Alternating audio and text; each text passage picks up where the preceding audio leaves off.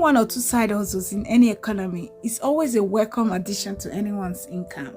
So when two Nigerian teenage girls were offered an easy side hustle that did not include MLM, buying and selling of goods and services, or even running errands, they must have thought they were in luck, because this side hustle was as easy as not wasting their monthly period as a woman. Alarm bells did not go off because this was their trusted neighbor offering them this side hustle. Only later did they discover that this was no ordinary side hustle. It was actually egg donation. No, I take that back. It was actually egg harvesting, because according to these girls, they did not give their consent for their eggs to be taken, and they did not fully understand the whole procedure. I've never heard of egg donations. I don't know about it.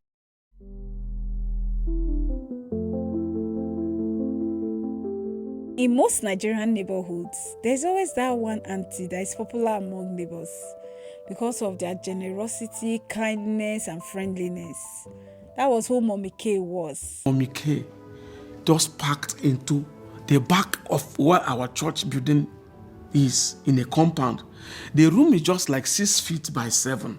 The husband come to visit her there, does not stay with them. But we don't know the work of Mommy K. The moment she packed into that place, she started playing with everybody, including me, including everybody, trying to make the church lively. She gives gifts to ministers, gives things to people. She just use gifts and other things and get herself in. If I'm doing crusade, she'll come there and give testimony. She comes to church, make this lively. Any day she's available in the church, people will know that Mommy K is around. She make her presence known. People believe in her, that she have come, even in her poverty, that she want to serve God. For Precious, who was the pastor's daughter, and her friend Teresa, who was the pastor's adopted daughter and also a secretary in the church, Mommy K was just like a mother figure, because Precious' mom had passed 2 years ago, and Teresa's mom lived far away. So having someone like Mommy K around them, always encouraging them, always, gisting with them, was a very welcome thing for them. She was like a big auntie. She's very jovial, she's free, she's friendly, she acts very supportive too. So when Mommy K introduced them to this side hustle that involved not wasting their period, they did not tell their dad about it. This, my head, I'm doing that. How much do I actually make from it? I was like, it's not like I have a shop or something, so it's only when I get people that wants to make hair. So she was like, okay, that she wants to introduce me to something. I'm like, okay, well, she said the thing is going to help me, even if it's to get a space where I can stay and be making hair. I'm like, okay. So she came back and said, there's something she would love to introduce to me that I will use, like, is better, at least I will be like using as my side also as I'm working at the same time. So I was like, okay, what's that? She was like, it's about me giving the hospital she works at menstrual period. She said the period that we waste monthly, we'll use it to make money. And I asked, I said, so that you are talking about my period, this is like, we're talking about blood. So she said she will not like to like hurt me. Yeah. She's coming to my church. She's just like a mother to me. So why do I feel she wants to do something that's going to hurt me? Mommy K introduced this side hustle separately to the girls. So Precious did not know Mommy K was telling Teresa the same thing. Teresa did not also know that Mommy K was telling Precious the same thing.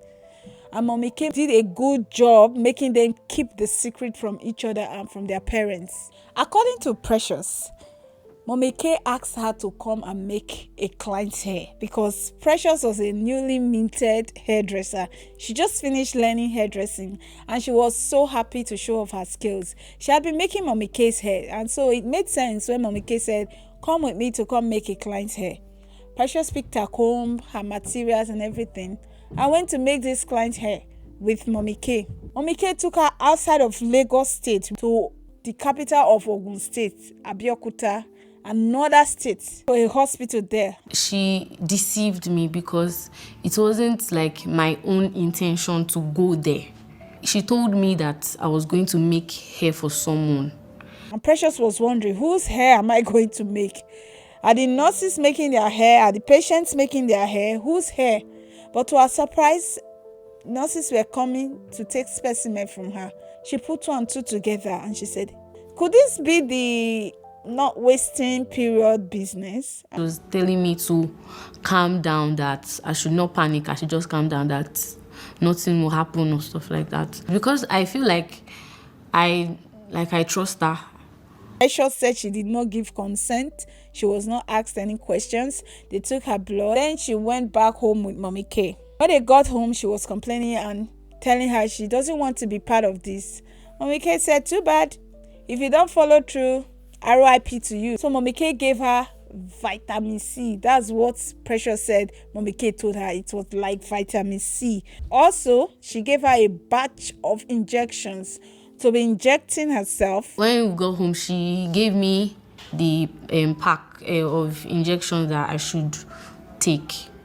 So she told me when to take the injections, that if I don't continue the injection, that is going to affect me and I will die. So Precious started injecting herself every night, not knowing that she was actually injecting hormonal stimulation that will encourage egg growth, which will later be retrieved from her. She didn't tell her father anything. She did it quietly, all by herself, because she didn't want her father to be worried. And same thing happened to Teresa. She was secretly also injecting herself after she went with Mommy K to get her blood taken.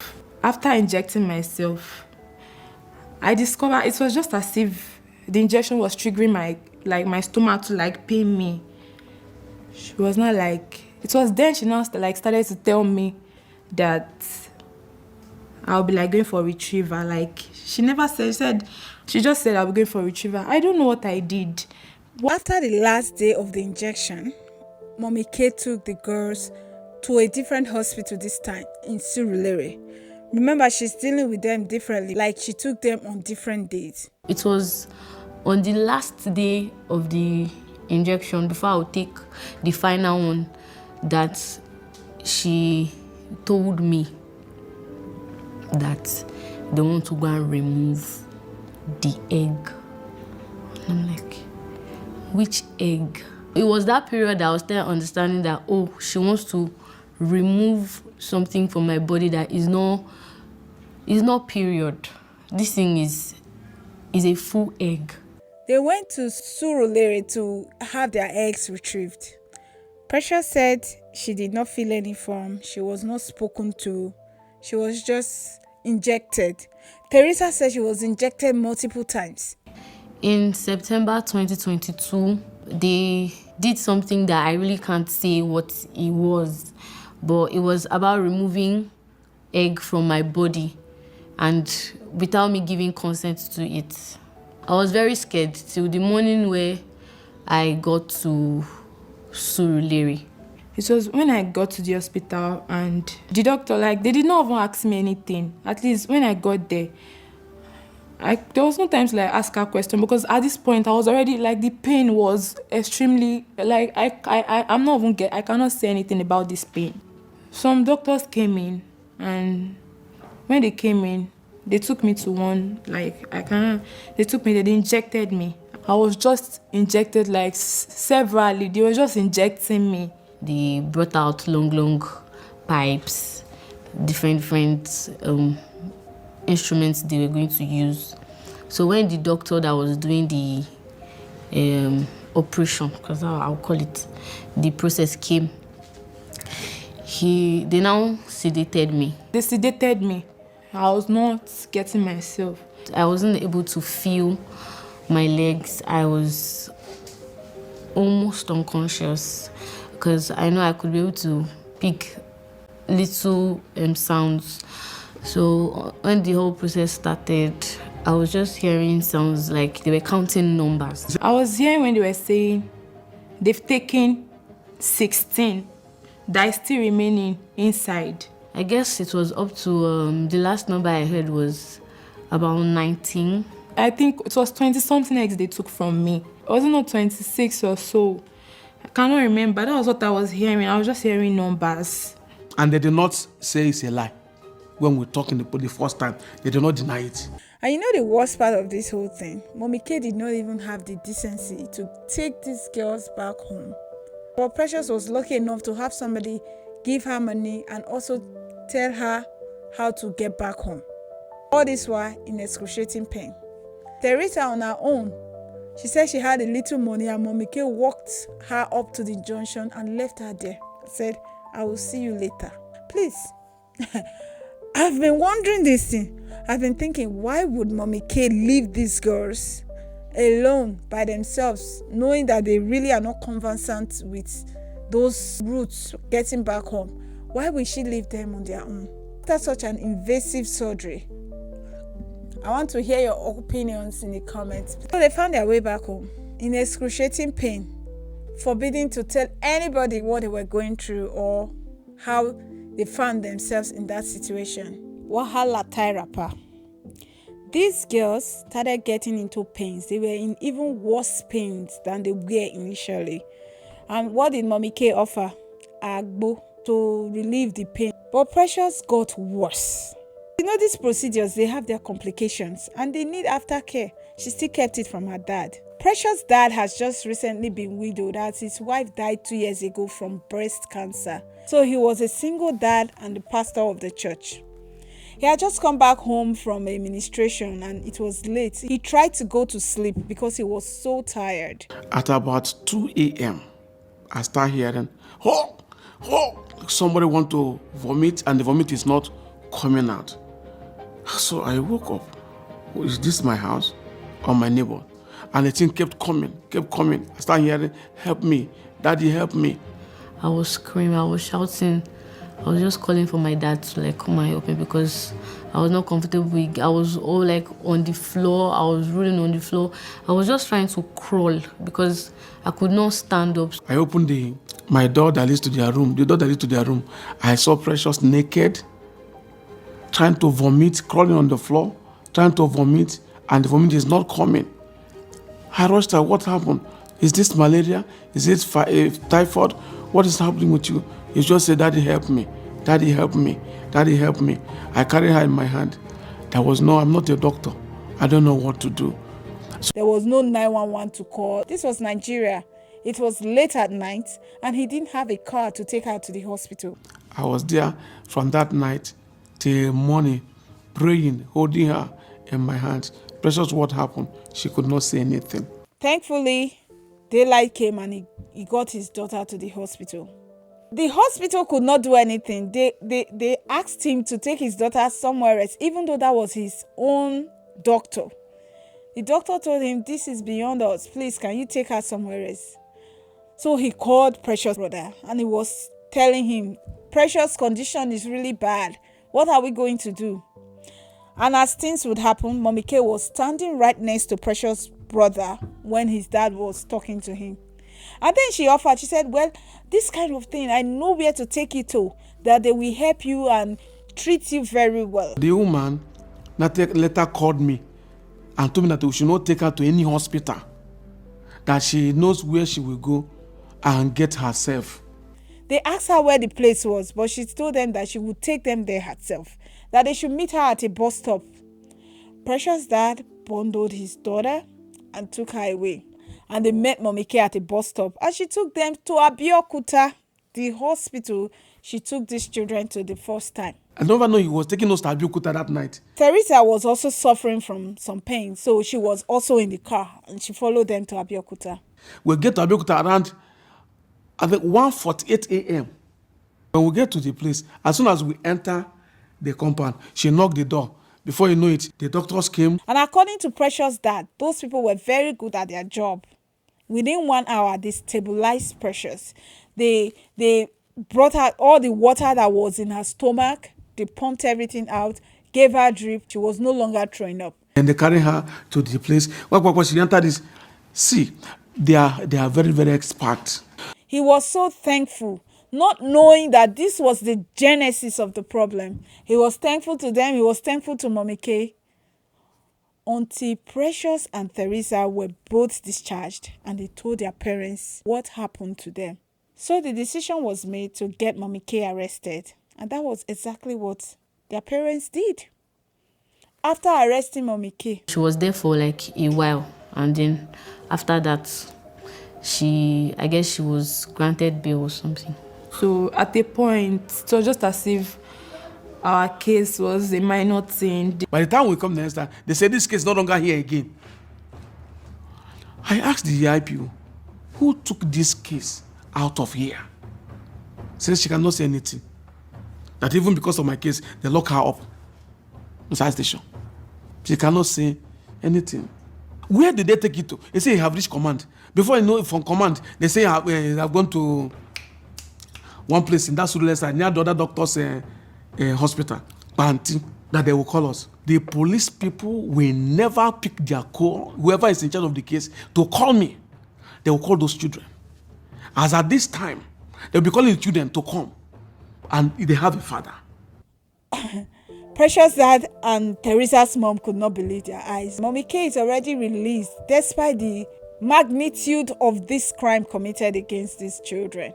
Because even the doctors that did this, they did not deny. According to Precious dad, they agreed, they did it. They said they had consent. The girls gave them consent. But when the doctors were asked to present the evidence of the consent, like the copies of the signed consent, they have not been able to present that evidence as of now.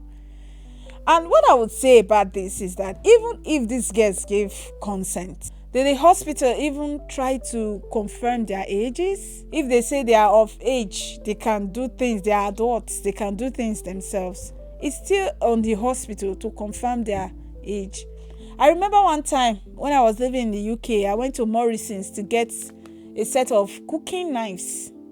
Before I could check out, they had to see my ID card showing my age. I was like, I want to cook with these knives. They said, sorry. They were very apologetic, nice and everything, but they insisted on seeing my ID card because they said I looked under 18. So I had to show them my ID card before they could check out those knives for me. That's just nice. I know knives can be used for dangerous things, but for a procedure this invasive, you just say, hey, they are adults, they are big girls, they can. We should do better. As of today, the families are still looking for justice. Mommy K is walking free. The doctors have not been brought to book. They are still operating according to what Precious dad said. So where are we going? You know, when Kemi Badenoch speaks, most Nigerians get triggered because they think she's bringing down the country. Things like this justifies what Kemi Badenoch is saying. These children are our future. How can children be treated like ovaries with 2 feet just to collect their eggs? They are not treated like human beings. They are just like ovaries with 2 feet that can produce egg. Egg donation is not an illegal thing, but it must be done properly and due process followed. The girls should give their consent. Their parents should know about it. And then everything should be done accordingly. First of all, when you're doing egg donation, you have to assess the donor psychologically. Are they ready for this? They should know what they are getting into. All this shady, wuru-wuru kind of thing should not even be involved in egg donation because it's a big deal. Egg is not like blood that rejuvenates. It's finite. It has a definite amount of it in the woman's body. And when you take it, the person that is giving such a sacrifice should know what they are getting into. And there are people that say, oh, without egg donors, they won't have been parents. And that's true. It's like a two-edged sword. You know, it can be good, it can be bad. Depends on how you go about it. Apart from all this we are saying, Precious dad said Precious has been assessed by an independent doctor. Found out that her ovaries are damaged. So I went to General Hospital. I have the record with me. When that man finished the checking everything about her, he said the person who do this thing to these girls should be jailed. I said, what do you mean? He said ovary one damage. There are so many damages in the ovary. That's where I spending money. One ovary, I have the result. And there are also other complications in egg donation that even the doctors, they say there are no long-term effects. They don't know. It's not like there are no effects. There have been links to egg donation and cancer. People retrieve their eggs and freeze them for when they need them. But with these girls, if you destroy their ovaries, if you do so, and they were not even compensated properly. In the abroad, egg donors get anything from 6K to 50K as compensation. They are not selling their egg. It's compensation. Teresa said she was giving 40-something thousand. What's that? For all this wahala. It's not as if they are selling eggs, but they were not even aware. It's just the corny that is annoying to me. And the illegal, all the malpractices that shouldn't take place in a medical facility. Many netizens are not even happy about this. They talk about Nigeria happening to somebody. This is such a case. But some people are also blaming the parents. They're saying, it's because the parents have not created an atmosphere for the girls to speak to them. First of all, you understand that the parents they were staying with, Precious dad, is a single father. The man even said it. He said if his wife was alive, this would not happen. And that one pained me more. It's me that goes to hustle. She's the one that takes care of their children. When she was alive, everybody knows their mother is alive. She watches everything, monitor every one of them, takes care of them. May God keep us. May God keep every mother alive. The mother would notice things.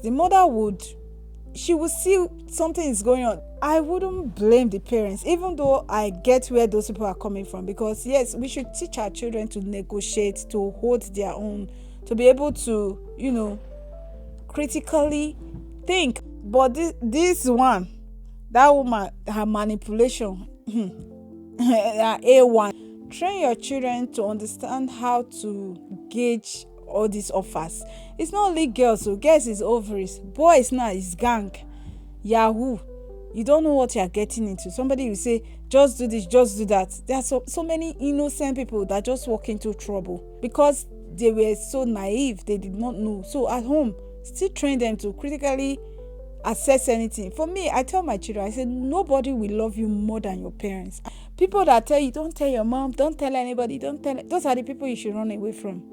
They are your enemy. They don't want anything good for you. Don't take any medications your parents are not aware of. In fact, to all of us, like when she brought that so-called vitamin C, that's when you should even what I don't understand, did she bring it in a package? Because you have to look at the package, know the name of the medication you are taking, the expiry date before you even ingest it into your system. Me, when I take my children for even immunization, I ask to see the bottle. They go show me everything. I will look at it. Look at this. I don't know what it is. I'm not in the medical field, but I just look at it. Sometimes I Google it. I already know what I'm coming here to take, and I want to make sure it's what they told me I was coming here to take. They are giving to my kids.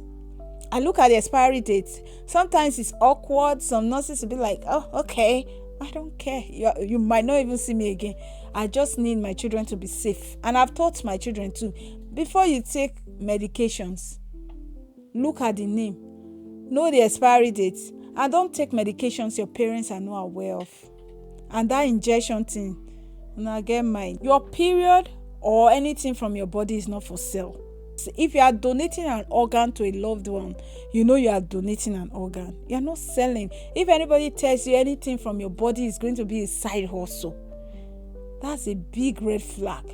I know things are hard, but no, there are some things that are just off limits. Your body parts are not for sale. They are not a commodity. They are not goods or services. They are for you. And if you decide as an adult to now donate an organ, that should be your decision to make. And don't let anybody use this conny to say, you won't waste your urine, you won't waste your period, you won't waste your poo-poo. Many people are so deceptive. Be wise. Let your people know where you are going. Because if anything had happened to these girls now, Mommy K could have just said, no, not me. I'm glad Precious said that to herself. So I'm sure she has learned her lesson. There's an app my family uses. It's called Life 360. We use the free version. And that one shows us where everybody is. Like myself and my husband. I know where he is. He knows where I am. It's a free app. Apple and Android. Install it on your family's device. Let everybody know where everybody is at a particular time. It just gives peace of mind. This girl's experience is just a picture of the wider problems we face as a country. This should not happen in modern day world, but this is happening in Nigeria, and the alleged perpetrators are walking free. I hope the government sits up, set regulations and standards, and make sure everyone follows. And I hope this family gets justice. Thank you for watching, and please stay safe out there. I'll see you in the next one. Bye.